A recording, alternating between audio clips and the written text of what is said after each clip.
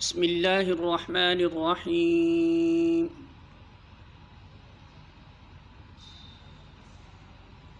عنوان: قبول اسلام حضرت عمر بن خطاب رضی اللہ تعالی عنہ۔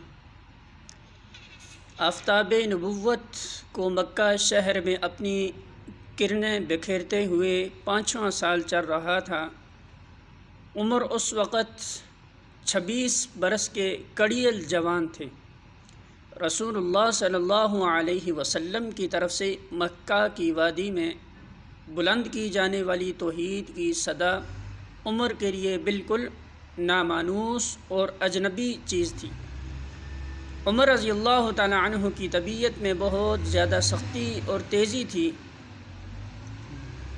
جس کسی کے بارے میں معلوم ہو جاتا کہ وہ مسلمان ہو گیا ہے، حضرت عمر رضی اللہ تعالیٰ عنہ اس کے در پہ آزار ہو جاتے۔ یہی حال ابو جہل کا بھی تھا۔ مسلمانوں کو ان دونوں کی طرف سے شدید پریشانی کا سامنا تھا۔ اس ابتدائی دور میں مکہ میں مٹھی بھر مسلمانوں کو مشرکین کے ہاتھوں جس طرح اذیت کا سامنا تھا، اس چیز کو دیکھتے ہوئے رسول اللہ صلی اللہ علیہ وسلم نے مسلمانوں کو ملک حبشہ کی جانب ہجرت کر جانے کا مشورہ دیا تھا، جس پر نبوت کے 5ویں سال یکے بعد دیگرے مسلمانوں کے 2 مختلف جماعتیں مکہ سے حبشہ کی جانب ہجرت کر گئی تھیں۔ ایسے ہی ایک موقع پر عمر رضی اللہ تعالی عنہ نے اپنے قریبی عزیزوں میں سے ایک مسلمان شخص کو جب بے بسی و لاچاری کی کیفیت میں مکہ سے حبشہ کی جانب ہجرت کرتے دیکھا تو بڑی ہی حسرت کے ساتھ اسے ہجرت کا یہ ارادہ ملتوی کر کے مکہ میں ہی رک جانے کا مشورہ دیا، جس پر اس شخص نے بھی بڑی حسرت کے ساتھ یہ جواب دیا کہ اے عمر، کاش تم نے ہمیں ناحق اس قدر نہ ستایا ہوتا تو ہم یوں بے وطن ہو جانے پر مجبور نہ ہوتے۔ یہ بات سن کر حضرت عمر رضی اللہ تعالی عنہ پہلی بار اپنی تمام تر ترش مزاجی کے باوجود دکھی ہو گئے۔ اپنی قوم کو یوں ٹوٹتے اور بکھرتے ہوئے اور پھر بے وطن ہوتے ہوئے دیکھنا، یہ چیز حضرت عمر رضی اللہ تعالی عنہ کے لیے انتہائی صدمے کا باعث بنی، جس کی وجہ سے وہ شب و روز اسی پریشانی میں مبتلا رہنے لگے کہ آخر یہ معاملہ کس طرح حل ہوگا۔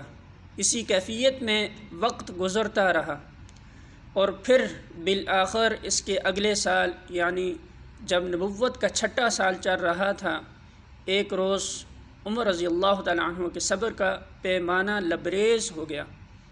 سوچا کہ جس شخص کی وجہ سے میری قوم یوں ٹوٹتی اور بکھرتی جا رہی ہے، اسی شخص کو نعوذ باللہ قتل کر دیا جائے اور یوں اس مشکل کا ہمیشہ کے لیے خاتمہ کر دیا جائے۔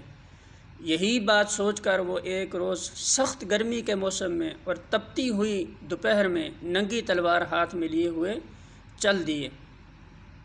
راستے میں نعیم بن عبداللہ نامی ایک شخص کی ان پر نظر پڑی تو وہ ٹھٹک کر رہ گیا۔ اس قدر آگ برساتی ہوئی گرمی میں اور تپتی ہوئی اس دوپہر میں عمر اپنے ہاتھ میں ننگی تلوار لیے ہوئے چلے جا رہے تھے۔ وہ شخص خوفزدہ ہو گیا اور خوب سمجھ گیا کہ معاملہ خطرناک ہے، چنانچہ اس نے اسی خوف و دہشت کی کیفیت میں دریافت کیا، عمر خیریت تو ہے؟ اس وقت آپ کہاں چلے جا رہے ہیں؟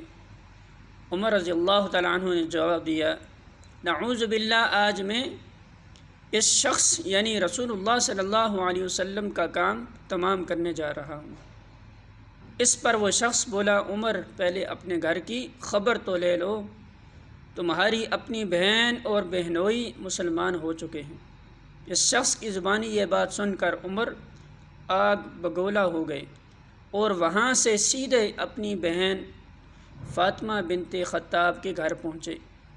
اس وقت وہ اور ان کے شوہر سعید بن زید رضی اللہ تعالی عنہ دونوں تلاوت قرآن مجید میں مشغول تھے۔ عمر رضی اللہ تعالیٰ عنہ نے وہاں پہنچتے ہی نہایت غصے کی کیفیت میں بہن کو زد و کوب کرنا شروع کر دیا۔ یہی سلسلہ جاری تھا کہ اسی دوران اچانک بہن نے نہایت پرعزم لہجے میں اور فیصلہ کن انداز میں بھائی کو مخاطب کرتے ہوئے کہا، عمر، تم جس قدر چاہو مجھے مار لو لیکن کوئی فائدہ نہیں ہوگا۔ بہن کی زبانی یہ بات سن کر اور پہلی بار بالکل غیر متوقع طور پر اس کی یہ جرت دیکھ کر عمر چونک اٹھے اور سوچنے لگے کہ اسی دین میں اتنی قوت، اس کلام میں اس قدر تاثیر کہ اس قدر زد و کوب کے باوجود بہن نے یوں دو ٹوک فیصلہ سنا دیا۔ تب عمر رضی اللہ تعالیٰ عنہ کے انداز بدلنے لگے اور پھر قدر توقف کے بعد بہن کو مخاطب کرتے ہوئے یوں کہنے لگے، اچھا جو کچھ تم پڑھ رہے تھے ذرا مجھے بھی وہ چیز دکھاؤ۔ اس پر بہن نے جواب دیا، عمر، تم مشرک ہو، ناپاک ہو، لہٰذا تم اللہ کے اس پاک کلام کو نہیں چھو سکتے۔ عمر رضی اللہ تعالیٰ عنہ نے مسلسل اصرار کیا۔ آخر عمر کا یہ اصرار اب التجا میں تبدیل ہونے لگا۔ بہن نے جب عمر کے رویے میں یہ اتنی بڑی تبدیلی دیکھی تو کہا کہ بھائی، پہلے تم غسل کر کے